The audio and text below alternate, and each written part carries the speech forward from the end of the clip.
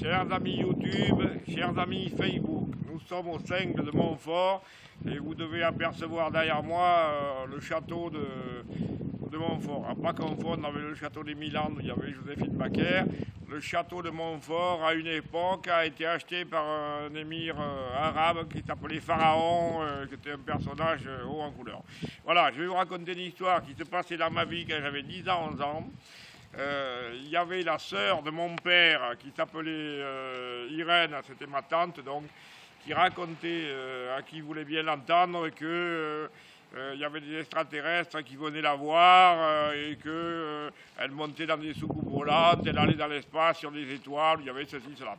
Alors, vous dire, ma tante, c'est pas compliqué, quand il y avait un repas de famille, il la mettait en bout de table avec les enfants, parce que les histoires d'extraterrestres et tout ça, c'était pas trop pour les adultes, et c'était merveilleux.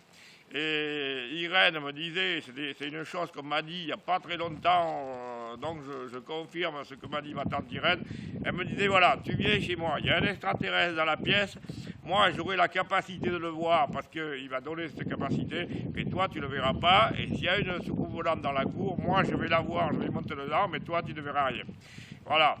Et alors, elle était cuisinière au presbytère de Sarlat, et il s'en rappelle encore, parce qu'il y a une vieille dame au presbytère de Sarlat qui a connu ma tante, et c'est des histoires qui se racontent, parce que ma tante, elle était capable de vous dire, voilà, vendredi soir à 9 h, il y a mon extraterrestre qui est venu me chercher, je suis monté dans la soucoupe volante, on est allé sur telle planète, il y a des arbres qui sont comme ci, comme ça, les habitants ils sont comme ci, comme ça. Mais alors, quand vous êtes enfant, je ne sais pas si vous vous rendez compte, mais ça a un côté magique, extraordinaire.